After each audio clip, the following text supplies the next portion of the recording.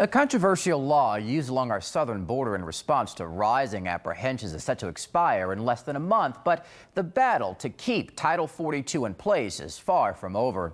KPRC2 investigator Robert Arnold has been covering the border for decades. Joins us live now to explain. Robert. Title 42 is a health-related law that was enacted under President Donald Trump's administration as a way to quickly expel migrants caught crossing into the country illegally. Immigration advocates say there is no longer a legal basis to keep Title 42 in place since the COVID pandemic has slowed, and argue it is preventing some migrants from claiming asylum. Conservative lawmakers, however, are fighting to keep Title 42 in place, arguing Customs and Border Protection does not have the resources to handle the expected surge in numbers that will follow the end of Title 42. They're on the front side of the building. These four individuals just made entry. More than 2.3 million encounters were logged along our southern border last fiscal year, a record number. And Title 42 was used more than 1 million times to send migrants back to Mexico under the auspices of the pandemic. The pandemic has slowed down considerably, and so we don't see a need for this particular measure to be put in place. Cesar Espinosa is the head of the immigrant rights organization FIEL. The federal government was sued over the use of Title 42, and a federal judge in Washington, D.C. recently ordered the government to stop using the measure. 15 conservative states, including Texas, are now asking the judge to reverse his ruling.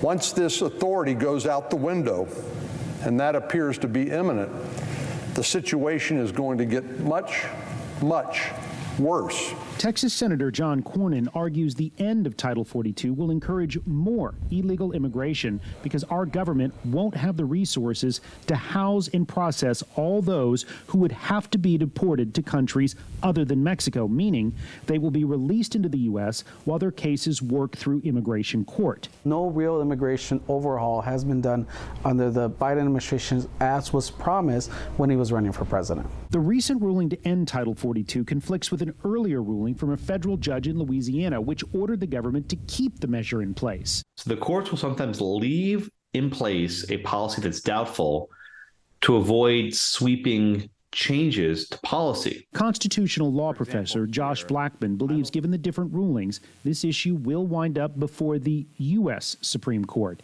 Houston immigration attorney Rayed Gonzalez worries any increase seen along the border will further clog a system already backlogged with 1.9 million cases. What surprises me is that the government really continues kicking the can of the immigration reform and nobody does anything. And something has to be done.